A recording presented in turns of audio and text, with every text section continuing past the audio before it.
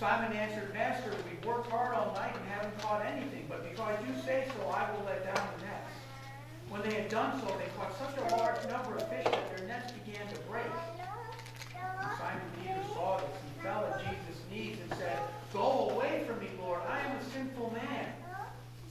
Then Jesus said to Simon, Don't be afraid. From now on, you will fish for people. So they pulled their boats up on shore and left everything and followed. This is God. Fellow redeemed, taught by our Lord and Savior Jesus Christ. Most of you have probably played the game at some point in your life. The card game, Go Fish. And it has all different forms, right? You can use a regular card deck. You could use a card that has animals on it that you remember that. You have to basically match up different cards. If you have certain cards in your hand, you may have a card of a moose or something in your hand, if it's all animals, and then you have the moose and you want to get another moose, you have to talk to one of the other players, and there's different versions of this, of course, and you say, do you have a moose? And if the person doesn't have a moose card, then they will say, Go fish. And you've got to go to the deck and pick up another card.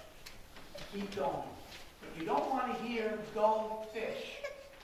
Well, today it's the exact opposite. We want to hear go fish. We want to be able to say, God, this is something that is a part of me. And if you look at that gospel lesson that we have for today, what do you think is the most incredible part of that gospel lesson? Maybe you're thinking it's that whole catch of fish, but I'm going to suggest that maybe it's something a little bit different. And we'll get to that in a moment. Go fish. Lots of stories in the Bible about fish, obviously. Remember Jonah being eaten by that big fish. There's also fish stories of the feeding of the 5,000 and the 4,000, and how Jesus used a few small fish in order to be able to feed so many people. And there's others that you may be thinking of. But even as Christians, if you know in the early Christian church, the symbol of the fish, we have records from early in the 200s that the Christians, and sometimes it was used as a secret kind of thing because they were being persecuted. If people saw a fish that was with them, that was recognizable and identifying somebody as a Christian. But what is really known is if you were a Christian at a certain point in time and thought of fish, you thought of Jesus. And the symbol for a fish of why they had used it in the Greek letters, and you probably can't see all those there, but the Greek letters that are there for the word fish, this is what the word fish looks like in Greek. If you take each of the first letters, they stand for something that is in the same, using the Greek, but the first letter in the Greek for the Greek letter of fish, which looks like an I, is the first letter of Jesus in Greek. And that's the same letter that you see here. That's the same, these are the first three letters in Jesus in the Greek. So, this first letter, and maybe you know the X, what looks like an X is the letter for the first letter in Christos or Christ. So you have the first letter, Jesus Christ. This that looks like a zero is Theos, which maybe some of you know, God. Jesus Christ, God's, and then the last two, Son, Savior. You remember that? You know that? The sigma sign from mathematics sounds like an S, and that's what it is in Greek, sigma, and the same word, soter, Savior. So the people say, hey, fish, it reminds us that Jesus Christ is God's Son, my Savior. Kind of neat, which is really what we're talking about today, being able to say, what is it, Lord, about me that makes me want to talk about Jesus? And you have heard it growing up from the time that you were children. Especially with children, if you've been in the Christian church. It's important to tell others about Jesus. Well, here's the story about that, an account. And what's the background to this story? Well, this account. What happened? Peter had already met Jesus months before. So this doesn't happen out of the blue. Peter had been introduced by Andrew, Peter's brother, had introduced him to Jesus. You read about that in John. Peter had been at the miracle where Jesus turned the water into wine. Peter had been there. So there's things already happening. Not too long this, Jesus had healed Peter's mother-in-law. So there were things that were happening all along. Peter was getting to know Jesus, as well as were James and John and some of the other apostles, men who would be apostles. But now it's getting to that point where Jesus is starting to call them full time. And one day, Jesus is out there on the Sea of Gennesaret, as we heard. It was another name, that was a region just west of the lake or the sea. Usually it's written, it's known as the Sea of Galilee. So it's just another name for the Sea of Galilee. Jesus is coming out. And as we heard in our text, one day Jesus was standing by the lake of Gennesaret, with the people crowding around him and listening to the word of God. They were listening to the word of God. They're crowding around him, listening to that word. We want to go fish, but it starts with, I need to be able to get on my knees. But how do I get on my knees? And what do I mean by that? Well, it begins by, I need to be able to regularly listen to the word. They're listening to God's word. Isn't that something fantastic? It really is. How many times do we mention it, but really do we believe it? This is God's word. What if you went to work tomorrow, or you were talking to somebody tomorrow, and you said, boy, what did you do last night? And you turned around and said, I had the greatest evening. I got to listen to God's word. I was reading God's word. And even coming to church, whatever the situation you're in, whatever the circumstances are, is being able to say, every time you come to church, you and I come to church, we get to hear God's word.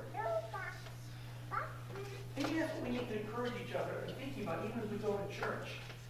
So it comes in, and it's not just a humdrum, I'm blah, blah, blah, hear God's word. They're listening. So as the crowd begins to gather, what does Jesus do? He gets in the boat, he goes out a little ways from the boat, and he begins to teach. And that was the normal day, in Jesus' day, that the teacher would normally sit down. He sits down in the boat, and he is teaching. He's teaching the people. After he's done teaching, you heard what he said. He went back and he said, Peter, I want you to go out, and I want you to pull out from shore a little bit, and I want you to go out and do some more fishing. Now, we don't know what Peter was thinking. We know what the Bible, the text says, what happened. But you wonder, what is Peter, the immediate thought, it kind of comes out what he's saying. Or nothing happened. Well, that doesn't always mean that God may not want us to use the same thing sometimes to reach out to people. Not that we have to, but we don't take things for granted. So Peter wondered what is going through his mind. But what comes out is, he tells the Lord, we've been laboring. We've been working all night. But then you heard what Peter's response was. But Lord, because you have told us, because you said it, it's your word, Lord, we'll put out the nets. We'll put down those nets and we'll go out again. And then you heard what happened. They go out. I guess maybe part of the problem is we hear these stories, especially if you've been in the church a long time. You've heard this story before. And it doesn't impact us. We read these things. I tell you, if Jesus came today, and he went out to the water. If he went out to the Long Island Sound, and all of a sudden we were out there, and the same thing was happening, we were listening to him preach, and there was this miracle that happened, we'd be, man alive! And it's in the Bible, blah, blah, blah. Sometimes, because we get so familiar with it. But what was that miracle? You just picture Peter, James, and John as they're there, and other people that were in the boat, unnamed people in the boat with Peter. Here's this catch of fish. It's amazing. It's to the point where the nets are breaking, and they have to call hey, James, John, get over here, help us, bring the other boat out. And even as they bring out the other boat, the fish in those nets, it's the boat start to sink.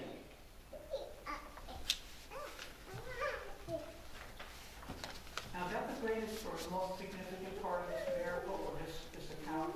Maybe it's not wrong, it's just a different opinion, my opinion.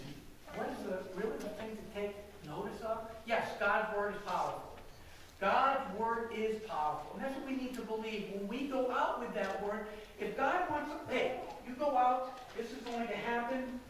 Boy, Lord, I know that your word is out there working. I can't see it, I don't know it, but it's out there working.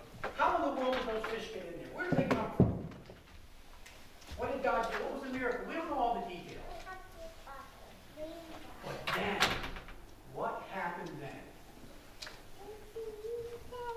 Peter, he recognizes it, and he gets down on his knees, and he comes before Jesus and says, Jesus, get away from me, for I'm a sinful man. He didn't have to be told you're a sinner, Peter. He didn't have to be said, Peter, I know your heart, I know your thoughts. None of that. And yet he got down on his knees and recognized he was a sinner. If we are really going to go fish, we need to get down on our knees like Peter did. And to recognize, Lord, I am somebody who is sinful. I don't deserve to be in your presence. It would have been me too, right? Jesus said, no, Peter, you're right. I don't want to be in this boat with you. If you are someone who is sinful, drop me off at shore. Let me get to shore as quickly as I can. Even Isaiah, that picture from Isaiah. What did Isaiah when he had that vision? God, I've come into your presence, even in the vision that I have. I am ruined. I am a sinful man. My lips are unclean. The people that I'm with are unclean. How am I going to be in your presence? And then that beautiful picture of his lips being cleansed, that burning coal coming, touching his lips, and being told that you are clean.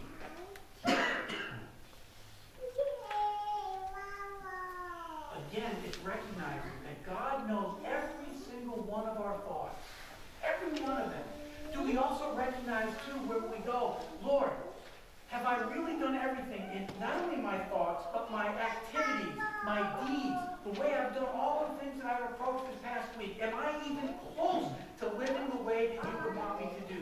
And the answer is no. The same thing for each of us. I pray that is. When we look at that baptismal font, it's also, first of all, it's a reminder that I am a sinful human being. That even as a child or as an adult, I needed baptism for the work of the Holy Spirit to be in my heart. Do I recognize that? I get down on my knees. And it is a comfort, it is a joy on Sunday mornings to hear that when the pastor, in our case it's with me as a called worker, having the privilege to be able to say, Lord, the fish are caught in the net, the fish are dead. When people are caught in that net, the gospel, God's word, and isn't that was the beautiful picture that Peter was being given. Look, Peter, look at all the fish that you caught in this net. I can provide and I will provide as that gospel goes out, as you then start to learn from me, and I will be sending you out when I'm ascended. You will be ready and the gospel will be proclaimed to the world. That's a fantastic